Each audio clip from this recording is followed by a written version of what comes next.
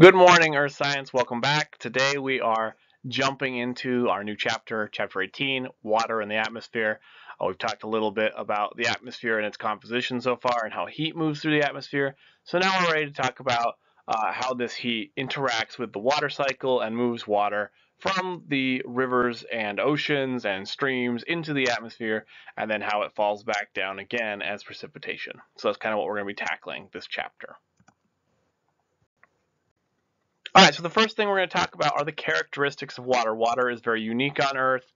Earth is one of those very special places in the universe where water is very commonly in three different states of matter, as both as a solid and a liquid, and in gas as well. So depending on the temperature and the pressure of water, it will be in one of these three phases. So it's a solid at or below 0 degrees Celsius in the forms of ice, snow, or hail. There's a water as a liquid between 0 and 100 degrees Celsius as rain or water droplets, or as liquid water in oceans and rivers, or it's a gas at or above 100 degrees Celsius as water vapor. And water vapor is an invisible gas. Sometimes you can see it if you're like boiling a pot of water for your top ramen. You can see that water vapor forming there and see that water in that state. Now we know that water can be found in all three states. That means it has to be able to change between these different states. And whenever it changes, it either absorbs energy to change into that new form, or it loses energy and gives it off. So this change will start from water vapor to liquid water. It's one we probably very commonly see is condensation. And this kind of image here is depicting this condensation as this water droplets are forming on the outside of this window here. Products of condensation, things that are made by this, are things like dew, things like fog, things like clouds, and it plays a really big, important role in frost formation for crops. The next change of state is evaporation. This is the change from liquid water to water vapor. So while condensation releases heat, evaporation absorbs it. Evaporation takes heat into the system and uses it to turn water from liquid water into gaseous water. Because of this, evaporation is a cooling process.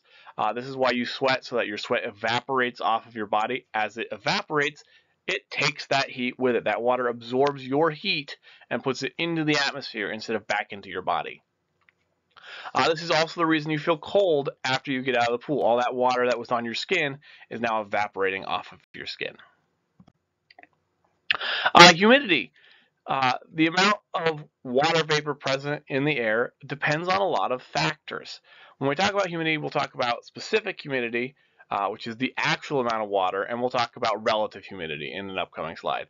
But specific humidity is the expressed number of grams of water vapor per kilogram of air. It's a scientific formula that we use. It's mathematical. You can calculate it. There is a limit to how much can go into the atmosphere at any one point in time based on temperature and pressure and all these other things and heat available, and we'll talk about that a little bit more. So, the things that determine how much water can be in the air. In this open glass here, you have water escaping at an infinite amount that can escape from there. All of that water can get out of there. There's always energy being bumped in between particles. As these particles are bumping into each other, they're getting enough to evaporate, even if the glass of water isn't on a stovetop.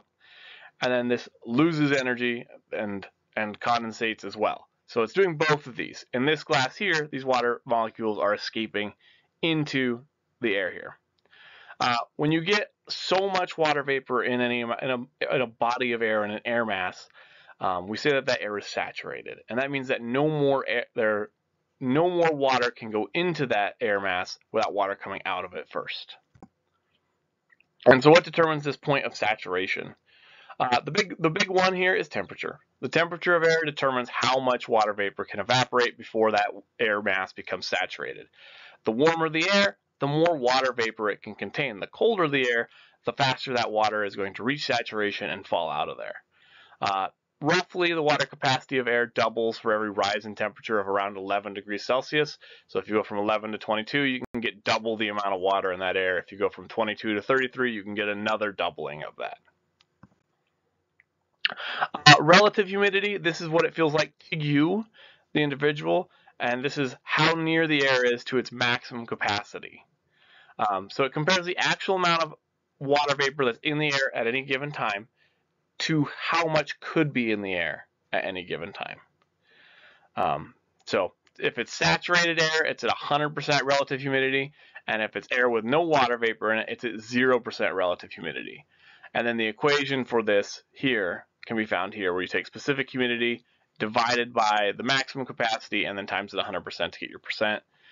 This is the same amount of water in different amount of temperatures, and you can see we go from 100% relative humidity to 50% to 30% as that temperature increases. So higher temperature means you can put more water inside of there. Measuring humidity. We use this special tool. This is called a psychrometer. So if you've ever heard of somebody saying they're going to go spin weather or take humidity measurements, this is what they're doing. And how it works is it uses the evaporation principle of cooling. It has two thermometers in them, one with a dry bulb, one with a wet bulb.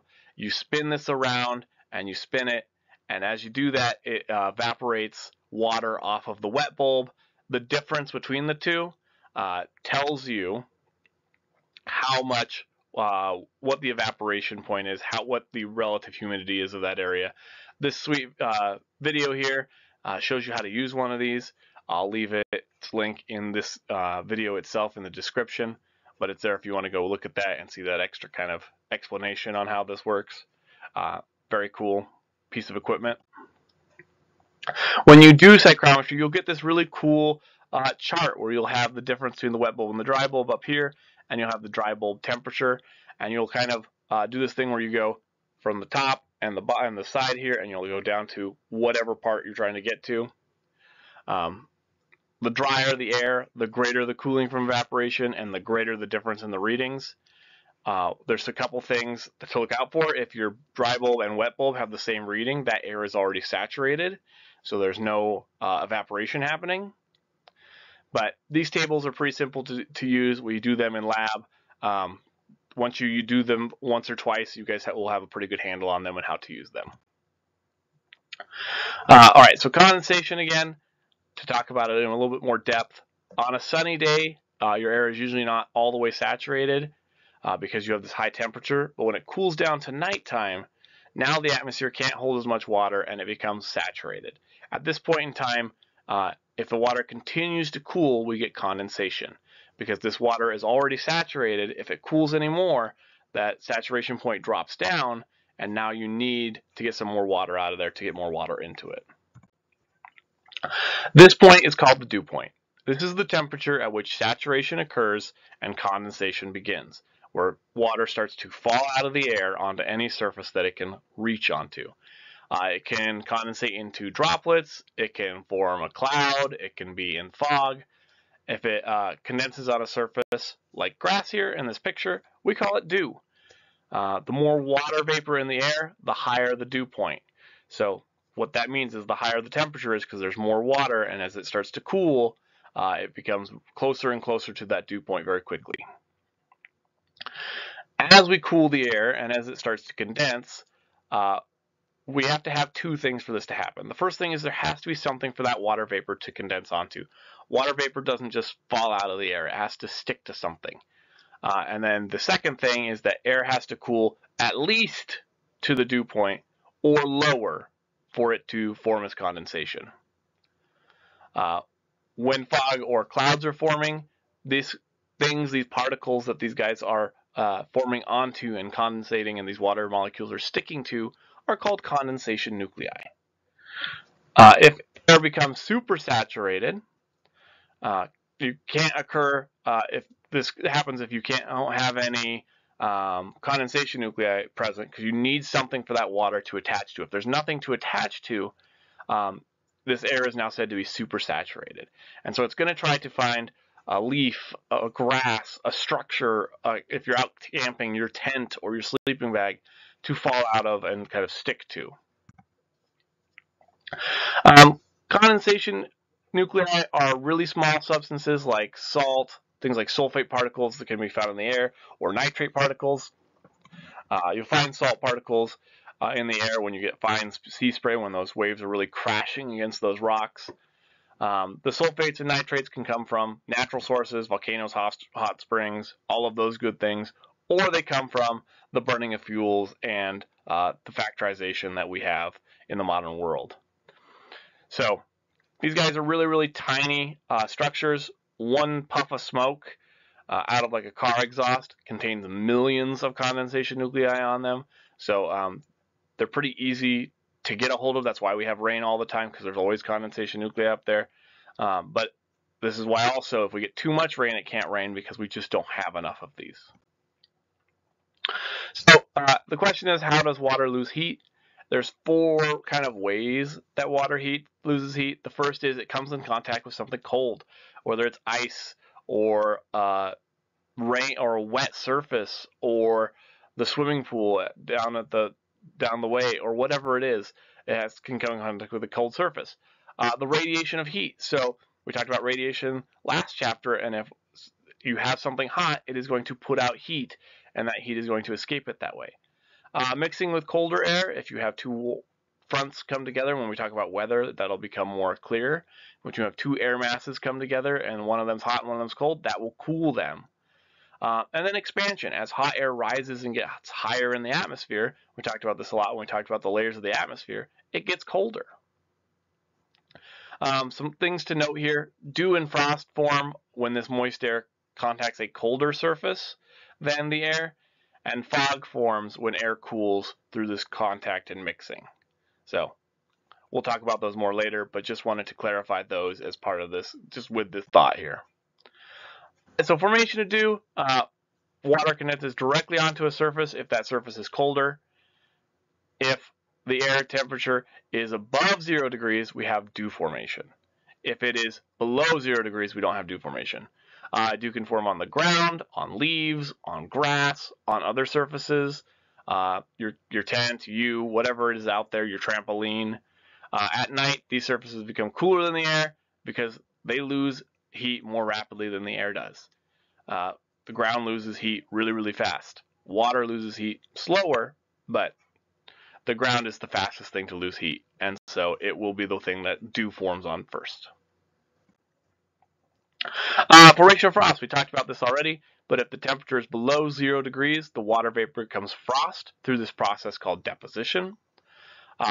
Frost is responsible for a lot of crop death in the fall, and sometimes in the spring, as these plants can't, their cells, once they expand, because as water freezes it expands, it bursts the plant cells and kills them. Frost usually occurs, these cold snaps are when we have the ground is at about -2 degrees Celsius for several hours, in the 20 degrees for Fahrenheit scale for a couple hours. Fog formation. So fog forms not when these water molecules are sticking onto a surface, but when they're colder, there's a cold surface and warm air above it. As this warm air starts to condense, these droplets are so small that they're able to stay up with air movement. Any kind of wind or a gust of breeze or anything like that will be able to keep these up. Each droplet is on a condensation nuclei, and these guys are falling really, really slow. This is why if you drive your car through fog, you can displace it and move it, because these guys are the particles that make up fog are really light and really small. There are several types of fog we'll talk about. The first is radiation fog. This fog forms when you have a clear night sky and the ground is losing the heat, radiating it up into the air around it. As it cools, this light wind mixes this, and eventually you get this whole layer of air to cool to a dew point, and then it forms this temperature inversion and forms this fog. So this is a good picture of it here. You can see that it's very close to the ground. So this is what we're looking for radiation fog. It's different than this advection fog, because advection fog is forming when warm, moist air is on a cool surface. So this is when we have warm air flowing over cold areas or snow-covered areas or something like that. But this is the cause of Newfoundland's really famous fogs. This picture here is this fog blowing over this cool town here. So that is a little bit different than our other type of fog there. All right, the next thing we're going to talk about are clouds.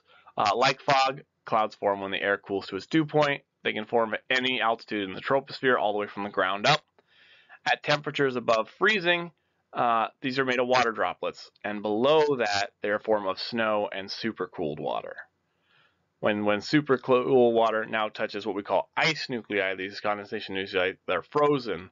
They form snow and ice crystals in very cool and mesmerizing patterns. So when we talk about clouds, we have several different ways to break them up. The first way we break them up is where they are in the sky.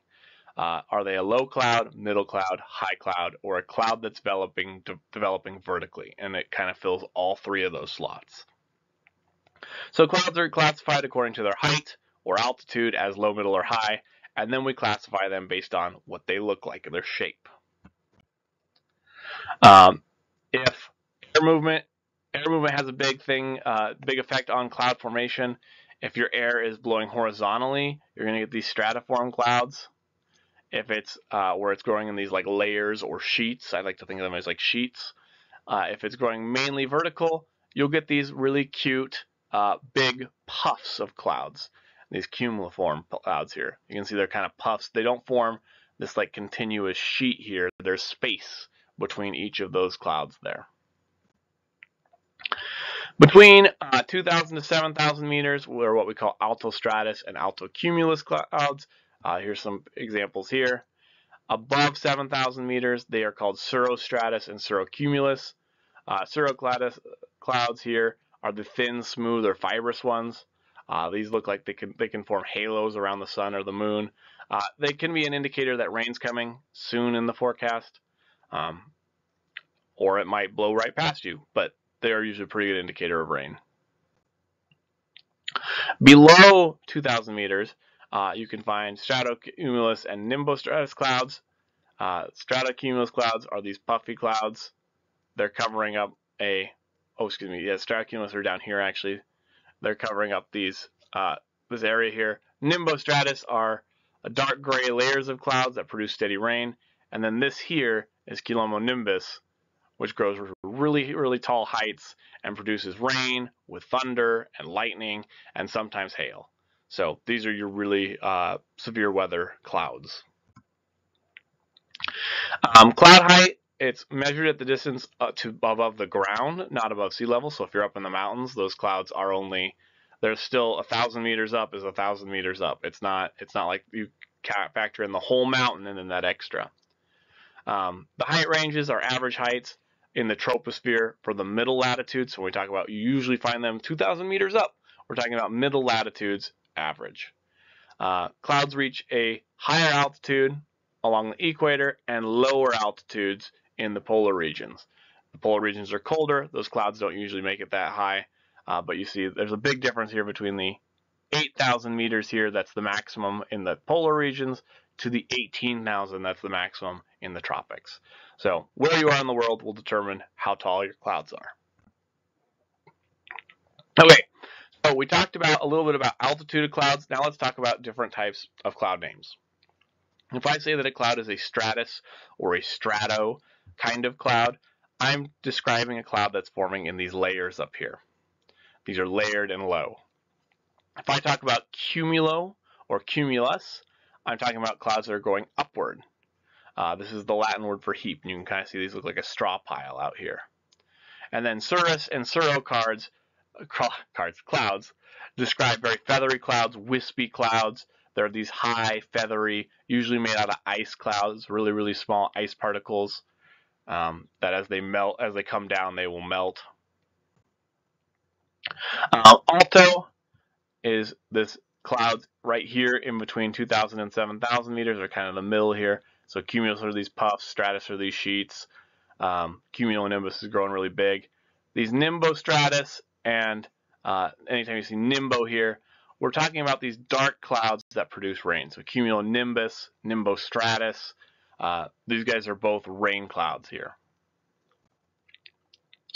Cloud formation, clouds are formed by the water vapor that's escaping from the ground or the water up into the atmosphere.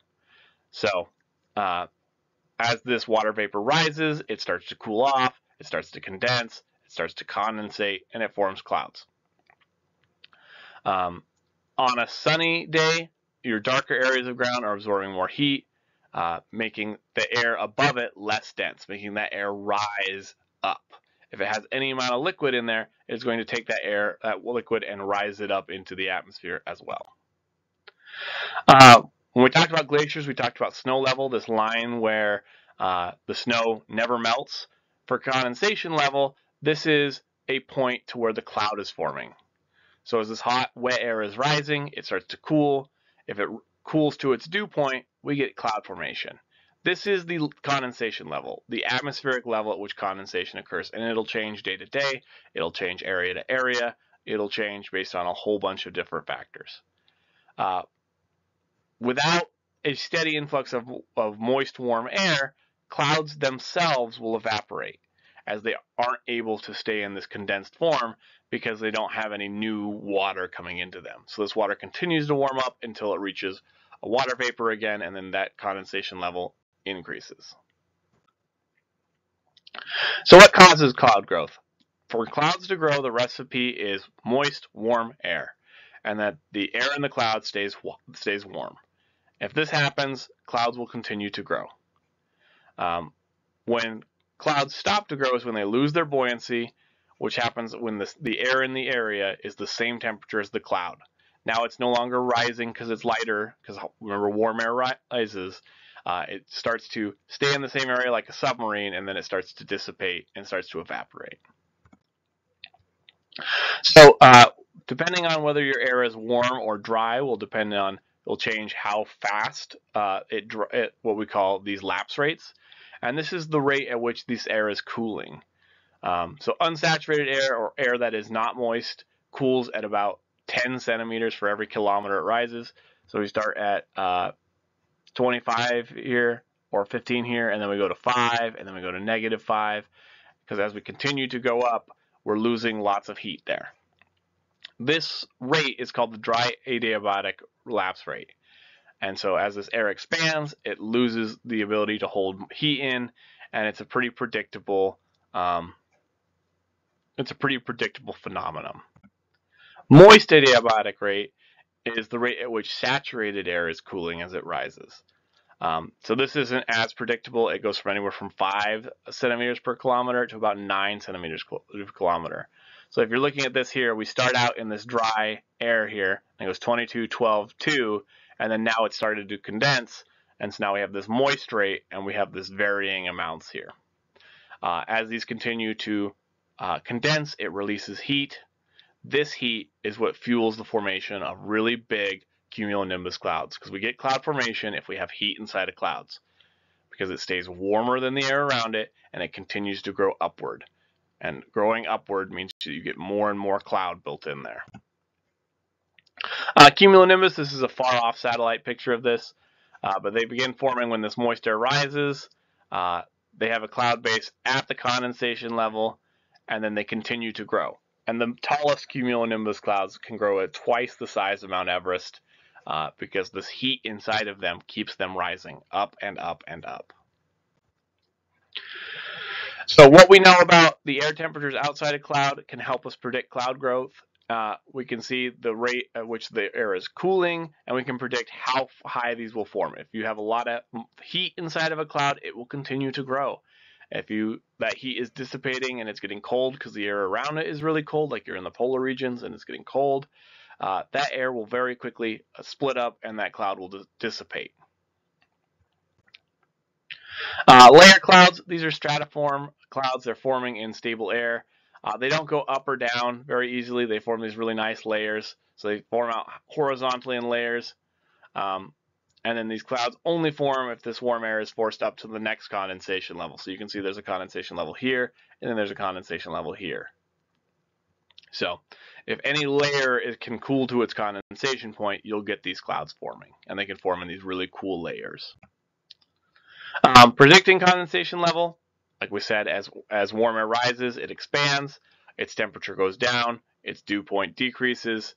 Then knowing whether this air is adiabatic wet or dry lapse rate, we can tell how this is going to continue to cool and what our dew point is going to be.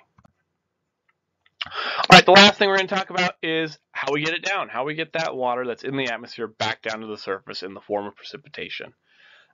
When these guys grow heavy, when they start to collect, we get precipitation. This is any form of water that's falling from a cloud to Earth's surface, whether it's rain, sleet, snow, hail, drizzle, whatever it may be. So, like we've talked already, these tiny water droplets are forming. They're bumping into each other. They're bumping into condensation nuclei. As the water bumps into each other, it sticks to each other. It forms bigger droplets and bigger droplets. This is kind of like if you're sitting there watching the window and these water droplets running into each other. And as they get heavy, they start to fall. This is because these big droplets are catching some of the smaller ones. And now all of a sudden you have more weight and gravity is affecting these more, pulling it down to the surface, drawing it down to the ground faster. The reason that droplets are different in size is a lot of how long they've been in a cloud, how much water they've bumped into, or some droplets start out big because their condensation nuclei was big. But these guys can shrink, they can grow. If rain is falling into hot air, some of this water will evaporate and those raindrops will be very small. The same kind of principle here, we can get ice crystals forming because usually if we're below freezing, way up in the atmosphere, we get these ice crystals and super cool droplets. Once this super cool water evaporates and it gets deposited, it'll get stuck onto these ice crystals. And as these ice crystals get heavier and heavier, they start to fall. They get bigger by collecting and freezing more until you get these really nice big snowflakes. So very cool formation here. So precipitation, kind of some different kinds here. The picture here I have is drizzle. This is very fine water drops that are falling slowly and close together. The next is when those drops get a little bit bigger and they fall a little bit faster. We call that rain. These raindrops are farther apart. You're more likely to feel them. This one just kind of feels like wet. And then this one you're actually going to feel like the pressure of those raindrops falling on you. Snow, this is when we get those ice crystals in a cloud colliding and clumping. If they melt, they will fall as rain. Sleet, this is formed as rain falls into cold air, and sleet is kind of this mix between rain and snow.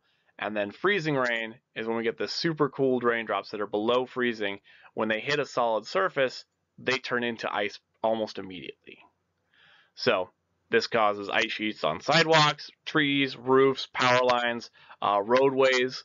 They can cause really dangerous driving conditions. If you have a freezing rain warning, it's definitely something to pay attention to when you're going to school or work in the morning. The next type here is hail.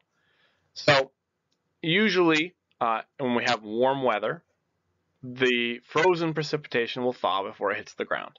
The big exception is hail, where we have these really tightly packed balls of irregular clumps of ice. How these guys start is they start as a frozen raindrop or a small dense clump of crystals, and they grow by collecting smaller ice particles and cloud droplets and rain droplets and packing them onto the surface here. This hailstone is kept up in the air by wind. And if those winds are really heavy, it keeps blowing that up and allowing it to collect more and more mass. It's layered like an onion. So if you were to cut a hailstone down the middle, you would see the different layers of ice forming inside of that. But it continues to get blown upward and then falls down and blown upward and falls down until it's too heavy for the wind to blow it back up into that storm. When you've seen the weather and you said, okay, we're going to get an inch of rain tonight, we report rain down to the hundredths of an inch for rain, and we use this super scientific tool here called a rain gauge. What happens is the water falls, it gets collected, and then wherever it is on this stick, on this little device here, that's what we say is the rainfall. So the number is the amount of rain if it didn't soak into the ground, flow away, or evaporate. And most of the time, some of the rain flows away, sinks into the ground, or evaporates. So these numbers are how much wet would have landed if it just formed into a puddle. Snowfall is a little bit easier. We use a measuring stick. We take a measure of how deep it is to the ground. The depth of the snow is not an accurate measure of how much water it has, though, unlike rainfall, because heavier, denser snow has more water than the same thickness of dry snow. So the rain equivalent of the snowfall is you take that amount of snow and you melt it. So where does precipitation occur? Well, at some point, everywhere. Some regions receive rain every day, and some go years without rain or receive very little rainfall in a year. One of the main causes of precipitation is the water cycle, the heating and the cooling of moist air as it rises and falls in the atmosphere. The warmer the air before it rises, the more water it can contain. The higher the air rises, the more precipitation it can release as you stack more and more water underneath of it. Some examples of really good rain-forming conditions. Near the equator, we have pretty warm temperatures year-round. This produces high land temperatures. This gets a large amount of warm, moist air to rise up into the atmosphere. The result of this is around the equator, they have almost daily thunderstorms. And this heavy rain creates really dense tropical rainforests. So they go hand in hand. Without the heavy rainfall, we couldn't have the Amazon. A little caveat here, we talk about mountains a lot when we talk about precipitation, because when you take warm, moist air and you push it up a mountain, it pushes it higher up into the atmosphere, where it gets cold and then all of the rain gets dropped before it makes it and crests over the top of the mountain. So what this is the windward side here, is moist and has liquid. The leeward side over here, gets little to no precipitation, and the sinking air and the dry conditions there create deserts. So this happens at the Cascades. This kind of happens at the Rockies. The plains get a lot less water because we take a lot of it in the Seattle area and the Washington area and some of parts of Idaho and Oregon. Also, because of this, as this warm, dry wind is coming off of the mountain because it no longer has any liquid in it, it raises the temperature on the far side there. These winds usually get named regionally. So if you're in the Rockies, the winds that's coming off of these are the Chinooks. If you're in California, these are the Santa Ana winds that are blowing off the mountains of Cali. In California, if you have too much Santa Ana wind, you're usually going to have wildfire following that because it's going to dry everything out and there's not going to be a lot of moisture available for plants to stay healthy and resistant to that fire. Weather modification is a technology that has definitely started to receive a lot more attention. Some ethical debate on it. It was used during the China Olympics to clear up the air quality. But we have, as scientists, produced methods of creating rain for areas that don't get a lot of rain, for areas that need rain. You can also use it to try to prevent hail and fog at airports using different technologies. This is examples of modifying the weather to meet our needs as a human race. And the biggest example of this is cloud seeding. Since the 1940s, it's been in effect. But what they'll do is they'll drop pellets of dry ice into a cooled cloud. These continue to cool the cloud. That lets it form ice crystals. And then once those ice crystals form, they start to naturally collect more water, naturally collect more mass, and they start to fall and become heavy enough to fall down. So we can do that with ice pellets. We can also have dry ice. We can also do it what we created. We've created artificial ice nuclei. These are molecules or chemicals or substances that produce this rainfall or this snow. Usually the really, really common one is silver iodide crystals. They already have a crystalline shape. This crystalline shape is going to encourage water that likes to form crystalline shapes to latch onto it and then get heavy and fall. This last video here is a really great example and a kind of example of how we seed rain and what it means. I encourage you to go watch it. It is a great resource. I hope you learned something in this lesson. Please let me know if you have any questions, and thank you for sticking around. Ciao, ciao.